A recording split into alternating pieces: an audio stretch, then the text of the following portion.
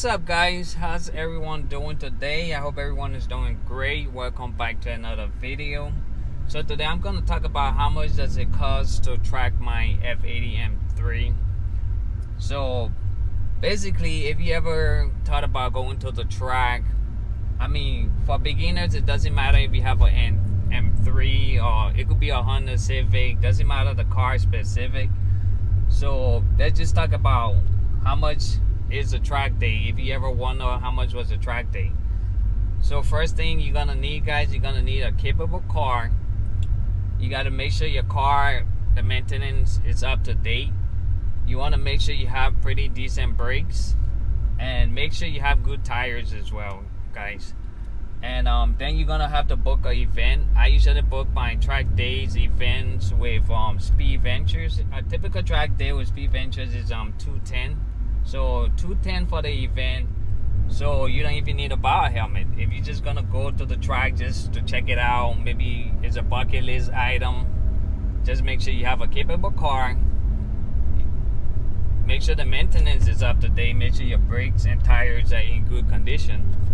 And you could rent a helmet from Speed Ventures. And next is gonna be the price of fuel. So for me, typically, for track day, I go through 2 tanks of fuel. So let's say if your car, if it costs $50 to fill up your gas tank, so you're thinking 2 of those, 2 tanks, $100. So you're looking at about $360 for a typical track day. Doesn't matter the car. If you just want to go out there, have fun, and you could tell people, oh, I've been to the track, get a couple of pictures, and you can say you've been at the track. But if you like me, when I bought my F80 M3, the plan was to do at least 3 track days a year. So if you're like me and you're planning on tracking your car often, at least minimum 2 or 3 times a year, it's a little different. So let me give you guys a breakdown of how much it's gonna cost you. So for me, the first thing I did was I bought a helmet. So you're gonna need your helmet, and the helmet I went with is a Bell EV Sport. I got it from Summon Racing, and it was $400. And make sure whatever helmet you get, it has to be on Snare 2015 or higher. It's a recommendation, not so much a recommendation, it's a requirement actually. So you need a Snare 2015 or higher. It's a requirement. Next, when I did the research before I bought the car, the biggest complaint everybody had was the brakes and the fluid is not capable at the track. So because of that, I went ahead, I did a brake fluid flush, and I went with ATE brake fluid. I got 2 liters. It was about $15 a liter. So you thinking $15 a liter, 2 of them is $30. And I did my own brake fluid flush, so I just had to pay for the fluid. But if you have to go to a dealer or maybe an independent shop, you're thinking anywhere from $150 to $200.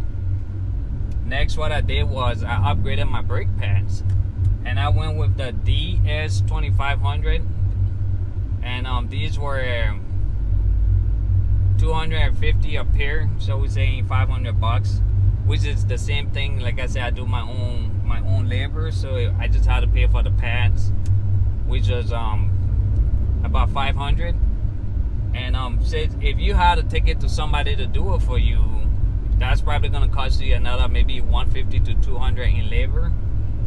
And one of the reasons I actually love the DS2500 actually, since I put them on, is I'm too lazy, guys, to switch my brake pads in between track days. A lot of guys I know, they have racing pads, but a lot of people usually swap between pads between track days and street driving. But with these DS2500, guys, I've been running them since I put them on the car. I'm not swapping them between track days. I just run them throughout the year, and they've been great so far. So on a typical track day, I go through maybe 2 tanks of fuel. So you're thinking about $70 a tank. 2 of those is gonna be about $140. Alright, guys, so next you're gonna have to pay for the event. like I said, I usually book my event through Speed Ventures, and typically it's about $210. And if you wanted a garage, I think it's another $60 or so. But you don't necessarily need a garage. You could just book the event, which is $210. And I also went ahead and bought me some gloves, man. Because my steering wheel, you guys all know, if you don't know, my steering wheel is actually Alcantara.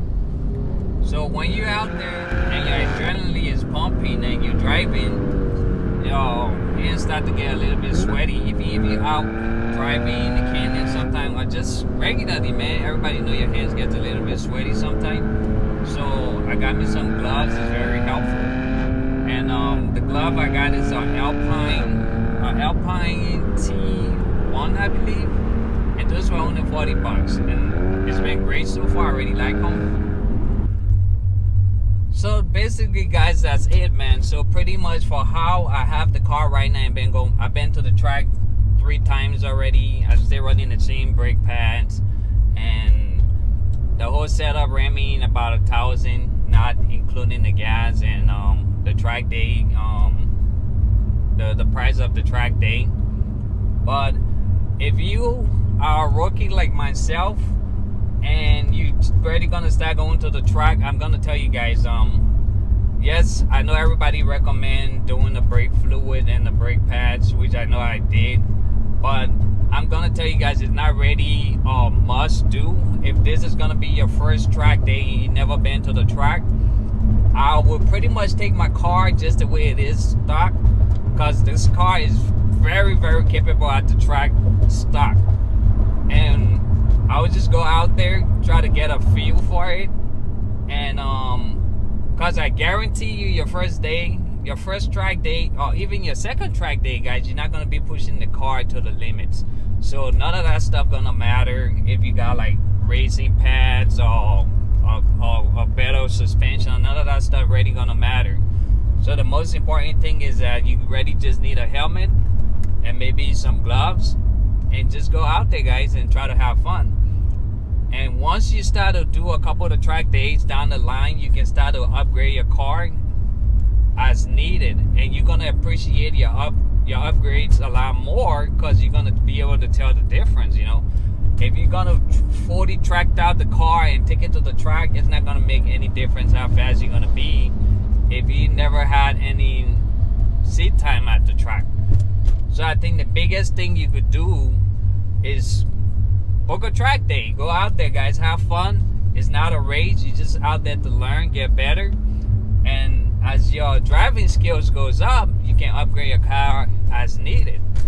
And I tell you, man, this car is pretty capable of being on the track without any upgrades. It's a great car. You don't need a lot of tons of upgrades. Just go out there and have fun, guys. And I hope this is helpful to anybody who ever wanted to track that car and didn't know where to start. I really appreciate it. If you like this video, go ahead and smash that like button. Go ahead and subscribe to my channel, and I really appreciate that as well. Book a track day, guys. Go out there. I promise you, you won't regret it. And be safe, guys. And also, I forgot to mention, it's totally optional if you want to go with a track insurance or not. The track insurance varies, because it's recommended to get a track insurance, because whatever happened on the track is not going to be covered by your regular insurance. And if you're a rookie like me, it will benefit you a lot more as well if you maybe get some seat time with instructor. It's very helpful, but those are going to cost you a little extra as well. And book a track day, guys. Go out, have some fun, man. Thanks for watching. I'm gonna catch you guys in the next video. I hope this was helpful. Peace.